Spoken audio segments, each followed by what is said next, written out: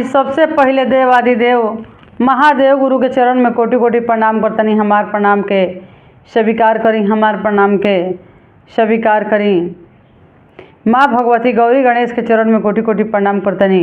हमार प्रणाम के स्वीकार करी। धरती पर बैठल धरती माता के चरण में कोटि कोटि प्रणाम करतनी। हमार प्रणाम के स्वीकार करी। साहब हरेंद्र नंद नीलम दीदी के चरण में कोटि कोटि प्रणाम करतनी। हमार प्रणाम के स्वीकार करी, हमार प्रणाम के स्वीकार करी। जहाँ तक हमार आवाज़ जा रहा बा हम सब गुरु भाई बहना के चरण में प्रणाम करतनी। हमार प्रणाम के स्वीकार करी। यूट्यूब के माध्यम से जितना गुरु भाई बहन ललिता शिव चर्चा चैनल के देखता सब कोई के पैर छू के प्रणाम करतनी। हमार प्रणाम के स्वीकार करी। तो आई भैया देखी हम ललिता जी आज बहुत सुंदर और सब के बीच में सुनते ही कलेजा फट जाइए। इतना सुंदर शिव चर्चा कथा लेके आइल बनी। कथा सुनने के प्रयास करब। अच्छा लगे तो चैनल के सब्सक्राइब करब, वीडियो के लाइक करब, शेयर करब, कमेंट के मत भूलबे दीदी ये भैया। कथा सुने के प्रयास करब। कथा सुनल जाला तो शुरू से अंत तक सुनल जाला। आधा अधूरा कथा के ना सुने के चाही, काहे कि फल पूरा प्राप्त होखेला जबे कि तब पूरा कथा रोरा सुन लेहब तबे पूरा फल के प्राप्ति होखेला। आधा अधूरा सुनब आधा ही फल मिलेला। ऐसे पूरा कथा सुने के प्रयास करब। देखी भैया देखी दीदी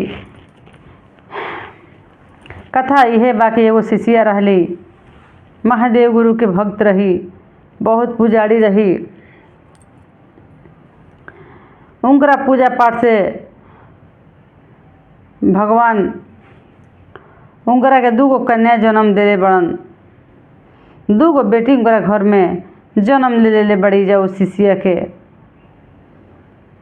बड़ा बेटी भैली, ओकरा बाद में फिर कुछ समय के बाद एगो और ही बेटी हो गई। एगो और ही बेटी हो गई। फिर भी वो दुखी ना रही कि हमरा लगातार दूगो बेटी हो गई। ये सुन के तनिको उनकरा दुखी ना रहे, मन खुश रहे कि बहुत भाग्यशाली के घर में कन्या जन्म लेवली। वो शिष्या के मन में यह चलत रहे कि अपना आप के हम बहुत भाग्यशाली बनी, तबे आज हमारा गोदी में दूगो कन्या खेला तड़ी लोग। कुछ समय निकल गल बा गुरु बहना। कुछ दिन के बाद वो का कैले बड़ी बेचारी, कोई ऐसा तबीयत खराब भइल जिस कारण से वो उनकर देहांत हो गल बा। उनकर देहांत हो गल। जब देहांत हो गए दुनिया छोड़ के चल गई बड़ी बेचारी। जब दुनिया छोड़ के चल गई बड़ी गुरु बहना तब बड़ जौन बेटी रही वो पुजेड़ी बहुत निकल गई, बहुत पूजा पाठ करत रही, वो शिव शिष्या बन गई रही। उनकरा पूजा पाठ में बहुत मन लागत रहे, घर के काम में ना मन लागत रहे, घर के काम करे के हाल ना जानत रही, वो पूजा पाठ के ही हाल जानत रही। छोट बहन रही जे पढ़े लिखे के आ खाना बनावे के हाल जानत रही। खाना बनावस, पढ़ाई लिखाई करस, उनकरा ये समय मन लागत रहे। आ बड़ जनी रही खाली पूजा करे में, चर्चा में, कीर्तन में उनकरा जाए की इच्छा मांगत रहे, वह काम करत रही। कुछ समय के बाद माने वो सोचलन उनकर पिताजी लड़की के कि लड़की अब सियान हो गई, हमारा धीरे धीरे शादी विवाह करे के पड़ी। माई तो इनकर दुनिया छोड़ के चल गई, सारा बोझ हमरे सिर के ऊपर बा। तो जाए द अच्छा घर बर खोज के आ लड़किया के शादी विवाह है हम कह दही। दूगो बेटी बा, कम से कम एगो के भार उतार ले हब, दूसरा बेटी में लागब। सोच अच्छा रहे। बेचारा का कैलन कि देखी गुरु बहना का कैलन कि बर घर खोजे खातिर निकल गइल बन। बर घर खोज के आ लड़की के शादी विवाह कह देलन। देखी वो लड़की के तो शादी हो गई, तब तक से छोटकी लड़की भी तारा ऊपरी वो सियान हो गई बिया।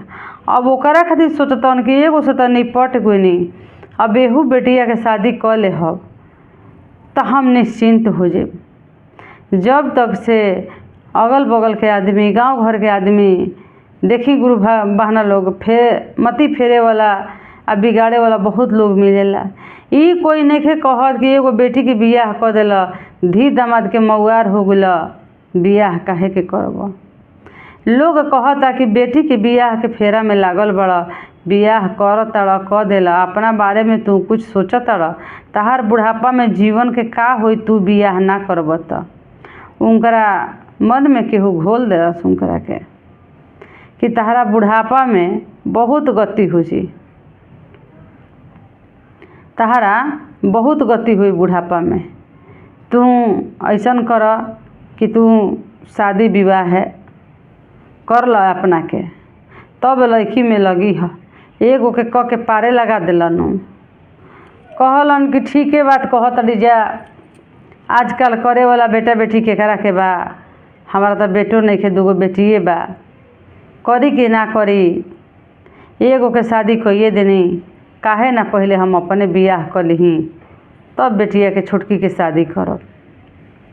का कैलन ये गुरु बहना, लोगों के बात में आ करके आपन शादी उ क लेलन। जब अपन शादी क लेलन तो सौतेली माई सौतेली ही होखेला। अपना माई में आ सौतेली माई में बहुत अंतर होखेला। जब शादी विवाह हो गइल बा आ जब सौतेली माई इनकरे आ गइल बाड़ी तो लड़की के मारस डांटस, हर वक्त उनकरा के टॉर्चर करस। वो लड़की रहे पुजेरी, ओकरा के मंदिर तक रोक देली कि ना तू बच्चलन बाड़ू, तू मंदिर नहीं खुज जात। हर तरह से लड़की पर दबाव देवे लगली। लड़की कुफुर कुफुर के फाट फाट के रोए, लड़की फाट फाट के रोए कि आज हमार माई रहती, हमार माई रही, एको दिन हमरा के पढ़ाई से रोक ना डले रही, एको दिन हमार माई हमरा के मंदिर जाए से माना ना कैले रही। इहे कहाला अपन माई आ सौतेली माई में कतना अंतर बा। खाली माई आइल बड़ी जब से कह तारी कि घर के जतना काम बा उतना तोहरे करे के, तोहरे करे के बा ना तो तहरा बाबूजी से शिकायत कर दे।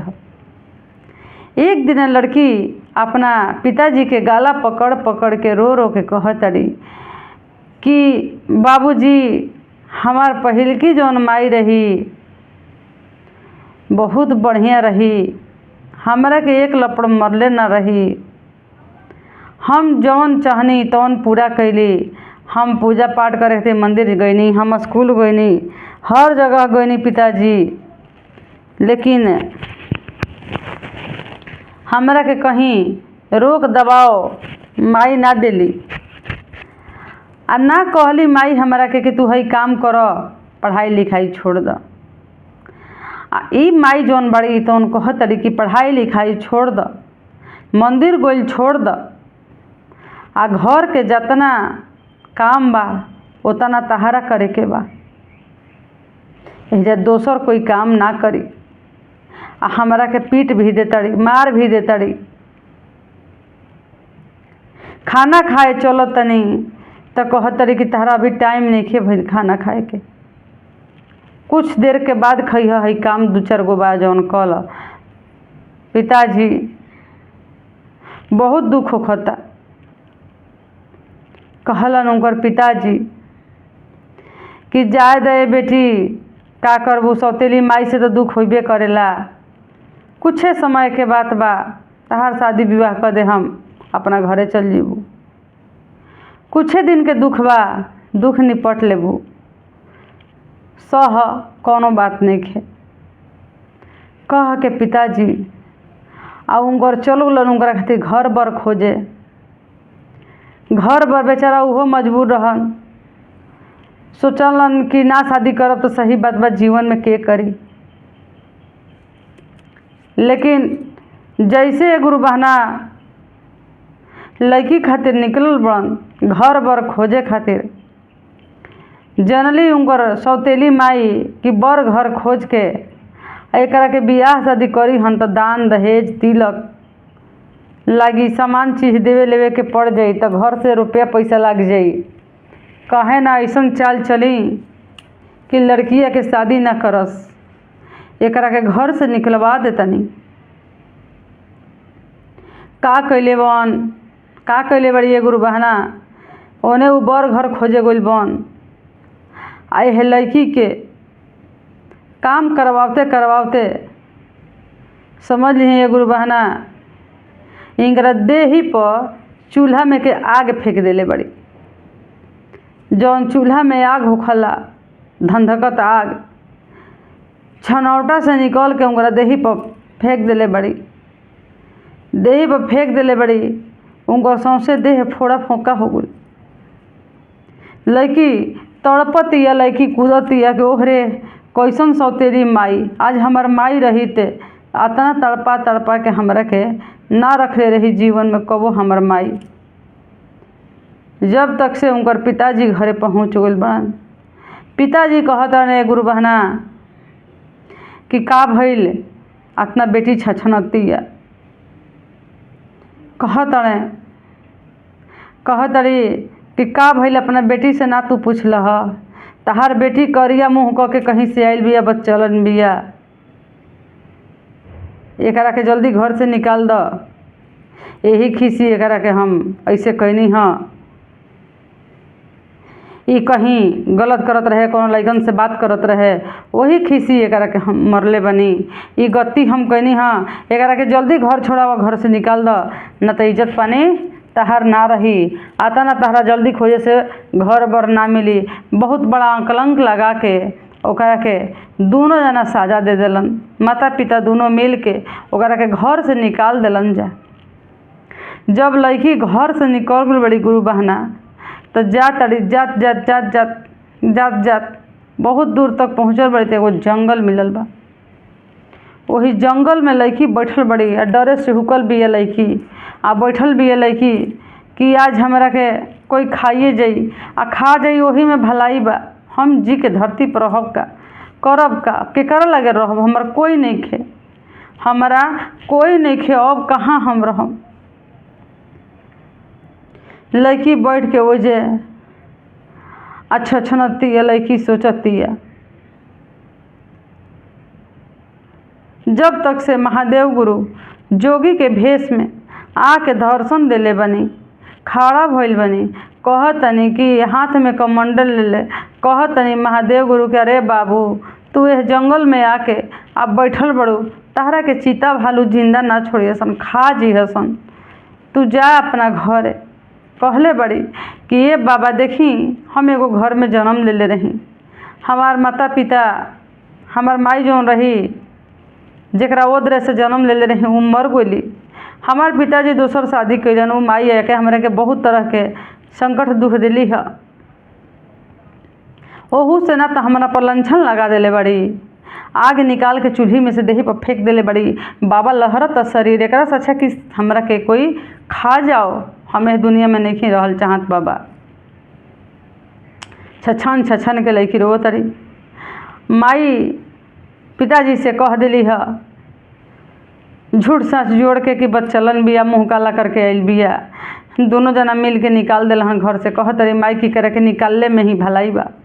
दोनों जना मिल के निकाल दिले बने बाबा अब कैसे हम घरे जाए, नहीं जा सकत। ओकरा से अच्छा बा कि हमारे जे मौत हो जाओ, हमरा के खा जाओ कोई चीज़। कहली ए गुरु बहना ई बात जब कह तरी, महादेव गुरु के आँख से भी आंसू गिर गई। जोगी के भेष में महादेव गुरु गोरी ही हो जा। महादेव गुरु के आँख से आंसू गिर गई कि शिष्या बच्चा से ही पुजेरी बारी, हमार मंदिर के सिवाय ये कहीं ना गई। एकरा पतना बढ़ान कलंक लाग गई, कलंक लाग के एकरा के निकाल दिहल गई बा। यह जवान लड़की के, सियान लड़की के ये कतना ही बड़ा न्याय बा, कतना बड़ा ये पाप बा कि बेटी के निकाल दिहल गई बा घर से। कहले बनी महादेव गुरु कि ये बाबू तू चल, तू हमरा घरे रही है, एहिजा मत रह, एहिजा रहबू तो तू जिंदा ना बचबू, तू चल हमरा घरे। बाबा ले बनी, लेके अपना साथे साथे जातनी आ ले जाके जहाँ भोलेनाथ के मंदिर बा, बहुत बड़ा शिवाला, कहतनी कि यही शिवाला में रही है आ रोज शिवाला के धोई है, पोछी है, नहवई है, सेवा टहल करी है। तहार इज्जत पानी ये बाबू बाँचल रही, कोई बुरा निगाह से ना देखी। सब कोई कही कि एगो पुजारिन बाड़ी, एगो पुजारिन बाड़ी, तहार इहे घर दुआर बा, हमारी इहे घर दुआर बा। तहरा यही में रहे के बा। आ देख बगीचा को ओर देखैले बने कि देख एगो जो झोपड़ी लागल बा, कोनो तरह के दिक्कत होई नु तो तू झोपड़िया में आके तू हमरा से मिली ह, कही ह कि हे तरह के तहा हमरा दिक्कत भइल ह, आ तहार जिंदगी आज से यही जे रही।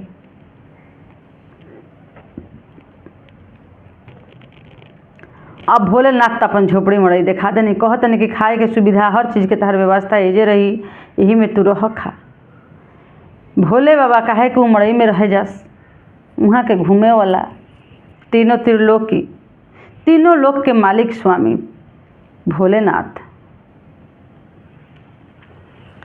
कहतनी ये गुरु बहना फिर कुछ समय के बाद आइल बनी, एक आध दिन के बाद कहतनी कि ये बाबू तहार हम शादी ब्याह कर देव तो निश्चिंत हो जी, काहे कि कहीं हमार मन लागत नहीं खे, तहार दुख देख के हमारा मन नहीं खे लागत, तहार हम शादी विवाह करके निफिकिर होल चाहतनी। बड़ा सुंदर एगो लड़का खोजब आ तहारा के शादी कर देहब, निश्चिंत हो जे। बर घर खोजलन महादेव गुरु अपने से, आ खोज के महादेव गुरु के समय का लगी, टाइम का लगी गुरु बहना, मिनटों में चाहम तो सेकेंड में भी चाहम तो उलट पलट कर देहब। महादेव गुरु अपन लड़का एगो लेके अनी, बड़ा सुंदर राजा महाराजा के बेटा लेके अनी, अब उनकरे से शादी बड़ा धूमधाम से बड़ा बढ़िया से इस लड़की के शादी विवाह कैनी। जब शादी विवाह हो गइल बा तो वजह से महादेव गुरु अपन जहाँ रही ना पर्वत पहाड़ पर वही चल गइल बनी, वजह से देखो तनी सब तमाशा। अब लड़की कहतरी अपना पति से कि ये स्वामी जी हमनी के चले के कहीं तीर्थ यात्रा करे खातिर। कहले कि कहाँ चले के? आ तो चली हरिद्वार मेला लागल बा,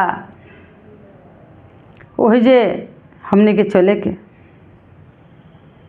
वही मेला में तनी देखल जाई आ नहाइब धोआइब चली। अपना पति के कह सुन के लेके जब जा तड़िए गुरु बहना, आ ओने से इनकर माता पिता तैयारी कैले बन, दोनों आँख के अंधा हो गइल बन इनकरा घर से निकलते।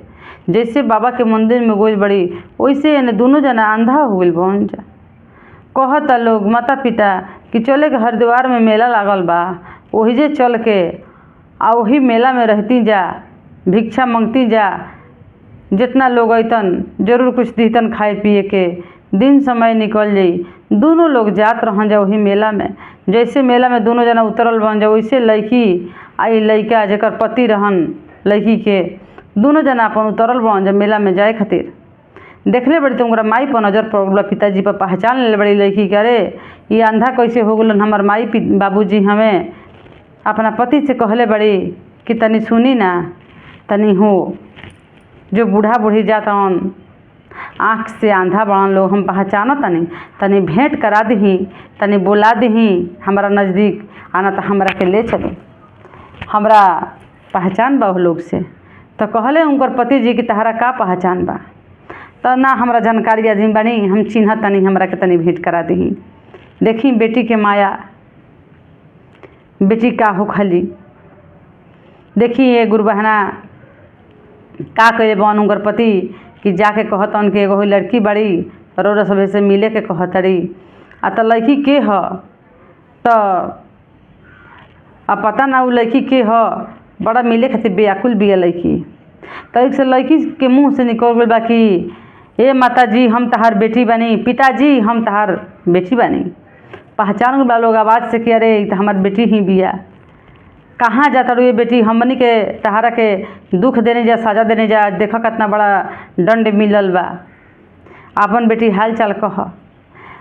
बेटी में धके लिपट गुलन जा कि तहार कौनो कसूर ना रहे। उहे माई सौतेली कहतड़ी तहार कौनो कसूर ना रहे, तहारा कौनो कसूर ना रहे। आ तब हम अपना बड़ा तोहरा के साजा दे के आज देखो हमरा के भगवान कितना बड़ा दंड देनी कि आँख से हमने दोनों आदमी के नहीं दिखत। तारा पर कलंक लगैले रही, तारा पर लंछन लगैले रही, तारा के बेवस करके घर से निकाल रही जवान जुआन बेटी के। ए से बढ़ के पाप का हो सकेला? बहुत पाप के बड़ा भागीदारी बानी, ओकरे हमरा साजा मिलत है। बेटी कहतरी कि सब भगवान के लिखल है, भगवान के लीला है। हम भूला गइल बनी, हमरा साथे रउआ सब कुछ नहीं कइले। तो देखिए गुरु बहना, केहू पर लंछन न लगावे के चाही, केहू के अधोख कुछ कहे के ना चाही। काहे कि ओकरा दिल में जब चुभ जाई, केहू के लंछन लगैनी, केहू पर आरोप लगैनी, केहू के गलत ठहरैनी, ओकरा दिल में ऐसा धक्का लागी को ओकरा उ कभी माफ़ी भी नहीं हो सकत, कभी माफ़ भी भगवान नहीं कर सकत। कि निर्दोष के एगो दोष लगावल कितना बड़ा अपराध मिलेला। पाप के भागीदारी बन गुलन उनकर माता पिता, ओकरे दंड मिलल कि आन्हर हो गुलन। फिर लड़की कहली कि सब बात भुला जी, सब भगवान के लिखल बात ह, चली जरूर हमरा साथे, हमरे घरे रहम, हमरे घरे खाइम, हम ही रोरो सब के सेवा पानी करम, हमरा के सेवा पानी करे के मौका दही है माता जी पिताजी। अपना घरे लड़की लिया गुल बड़ी आ लिया जाके अपना माता पिता के सेवा सत्कार खूब बढ़िया से जैसे बच्चा के कइलेला वही तरह के नहवावस धोवावस आ उनकरा के खाना पीना देस, उनकरा के गोड़ लागस, पूजा करस। तो देखिए गुरु बहना, मन भाव ऐसा होके के चाही कि अगिला गलती कैलस तो कैलस, हम गलती ना करी। भले गलत आरोप लगैलस चाहे जो कैलस, लड़की माफ़ कर देलस। एक दूसरा के माफ़ करते हुए चली, सजा देवे वाला तो भगवान ही बड़े। बस अपना से अच्छा कर्म अच्छा काम करते रहीं। ये गुरु बहना गुरु भैया कथा के मन में विचार करब। इतने कह के कथा समाप्त करतनी, अपना महादेव गुरु के चरण में विराम देतनी।